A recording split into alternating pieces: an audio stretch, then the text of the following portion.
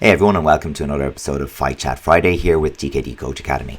This week we're going to be looking at rhythm, tempo, how the two are similar but different, and how to control them to maximum effect to get the best results in your sparring.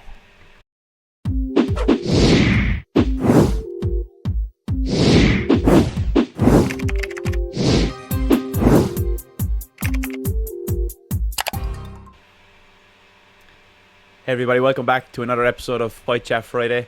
So on this episode, as Adrian mentioned earlier, we're going to have a look at tempo and rhythm. So this actually came as a suggestion from one of our recent videos in the comments. So the question was, I would like to learn more about timing and controlling the tempo in a match. For example, broken rhythm. So I've seen a couple of videos on this a few years ago, just an idea. So great idea. So we decided to tackle this topic today. Yeah. First, we'll have a look at the difference between rhythm and tempo, break them down a little bit, and then we'll go through some ways to control and set both rhythm and tempo and give you ways to maybe double down on your ways to control the bout and maybe to bring more control towards your side with the intention of seeing out the match with a victory. Yeah, absolutely. So for us, I think when we were talking about how we see the difference between rhythm and tempo, it's almost like macro versus micro. So in this first instance, in the black gloves and foot pads there, we have Jamie Williams really looking to slow down the tempo by spoiling a lot of what Axel was looking to do. And in this case, trying to build the tempo by increasing the intensity, linking shots together and looking to get an uninterrupted flow. So really what we're talking about is on a strategic level, trying to raise the intensity of the match to make the other person uncomfortable, and we can see that there from Ruben Williams in that clip as well. Whereas in this one, rhythm is more about on a much more micro level, trying to set a frequency, getting the bouncing, getting the body movement to a kind of a predictable frequency. We're going to call it a rhythm, so that you can then take advantage of that by breaking that rhythm whenever you want in order to get a score. And that's going to be what we're really thinking about in terms of the difference between the two. So I suppose that's it. That's the high level thing. Tempo is really about the overall speed or pace of the match, whereas rhythm is about, locally in a couple of seconds or in a series of movements, how you establish a pattern so that you can then break the pattern of your advantage. Yeah, definitely, and that's it. So the intensity will be raised, and you can drop it as well based on like the point of the match, whether you're up or down on the scorecards. Where rhythm is a bit more of a constant thing. So you'll see like that repeated pattern, and then trying to break that pattern. And we'll have some look. There's some clips today that we'll go through to give you guys some examples of how to set the rhythm, different ways you can set the rhythm, and also how you can break it to your advantage. It's probably worth saying at this stage that this is just one of the controllables that we would see in sparring, and we have had we put together a very short ebook to kind of focus on 10 ways to really improve your sparring, and one of those is being the boss or taking control. And Richie, do you want to talk about the kind of things that we can control and where we're going with this? Yeah, definitely. So this is just one area that you can really get massive benefits in your sparring. So if you can control the distance between the distance that the match is at, so whether you want it at a close distance, at a long distance, and things like that, and then what we're going to cover today, the tempo and maybe the rhythm. There's a bit of a crossover there, of course. And then thirdly, also the space in terms of the ring position. So if you can control the three of these things, you're going to definitely sway the chances of you becoming more successful in a competition scenario in your favor. So I think it might be worth actually doing a mini series on this. So maybe we'll look at that. Do today's one as the tempo and rhythm, and maybe we'll have a look at how to control the distance, and then another one, how to control the ring position, and then couple that all together to maybe bring it together in a way that you can control the match and be the boss a bit better. Yeah, for sure. So one of the first tools that we have in terms of controlling the rhythm within any particular scenario is our footwork. So we can use our footwork and how we move the body to establish control over the rhythm. So let's have a look at some examples from high-level competition of people doing just that. I think this is the first thing that people will think about, and there are other ways, but I think this is definitely the first thing that people will think about in terms of rhythm.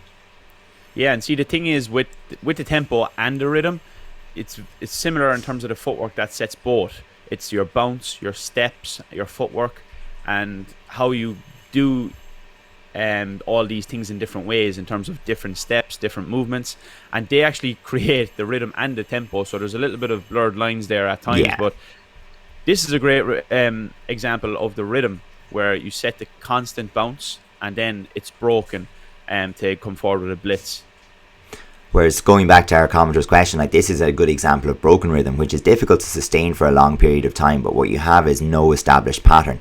So you can have, would say in this case, Axel's opponent in red is trying to find and establish a rhythm to get going, and Axel is keeping things varied in terms of the distance, the angle, and that's making it very, very difficult for his opponent to judge where he's going to be.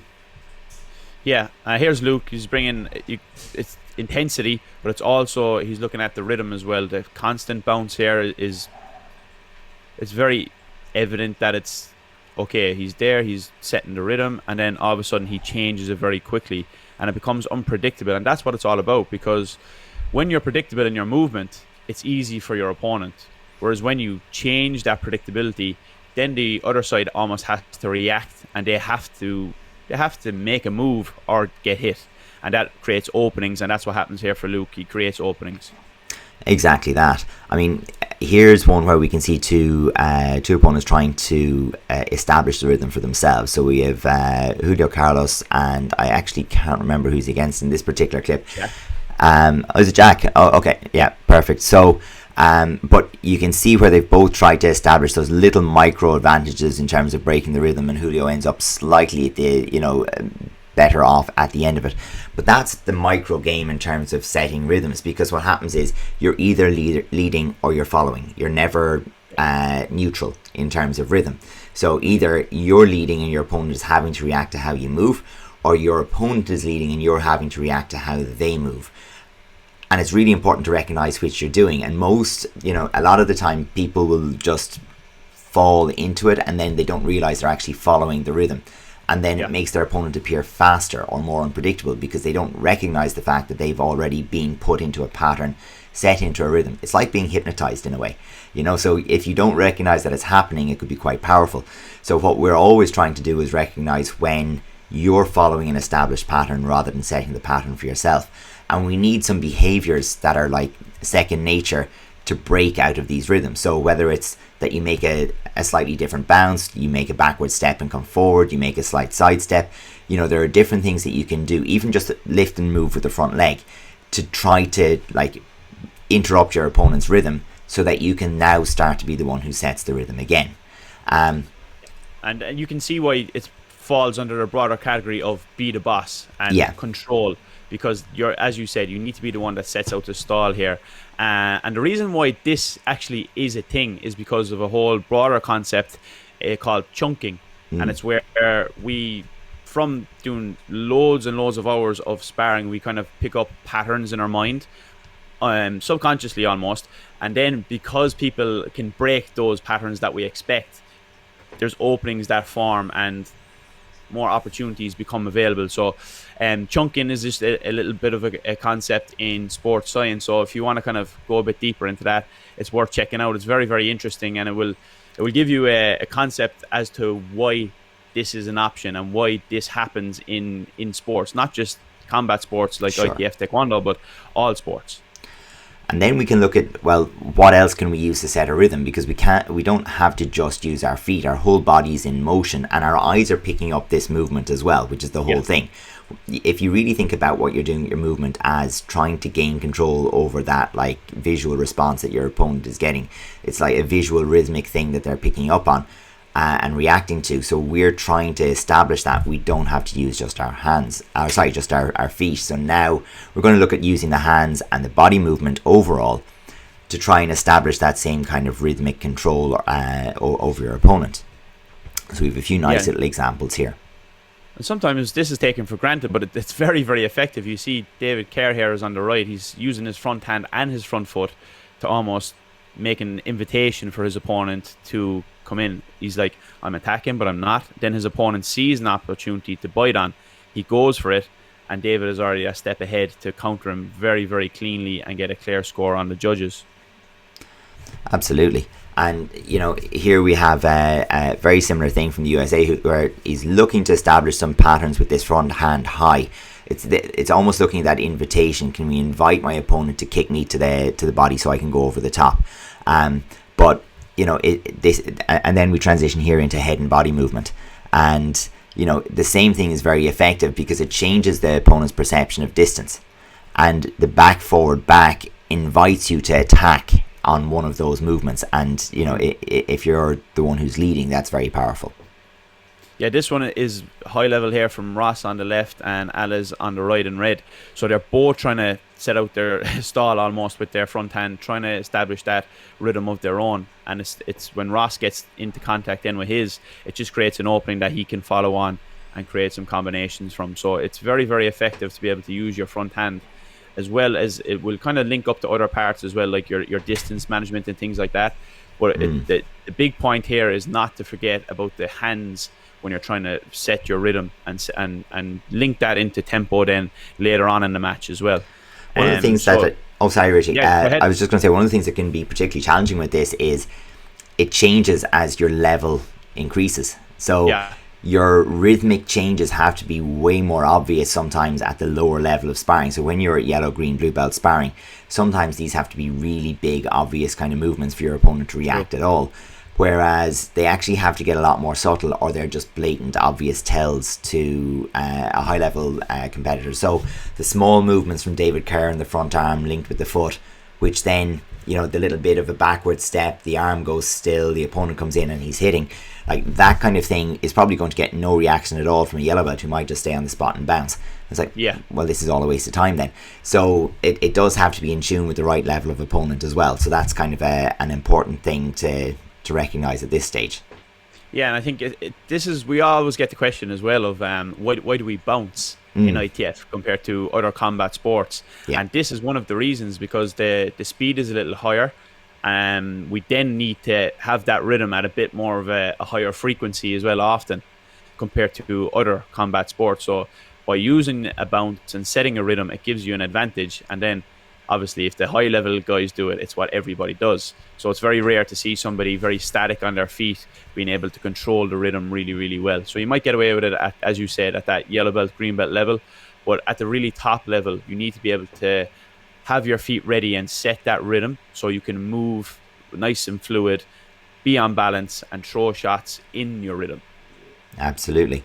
So going back to the principle of it, we have to establish control of the rhythm in order to break it to our advantage. So the next thing is going to be looking at setting the rhythm to break the rhythm, and we've got a couple of clear examples of that here as well. So this is all about looking for the entry.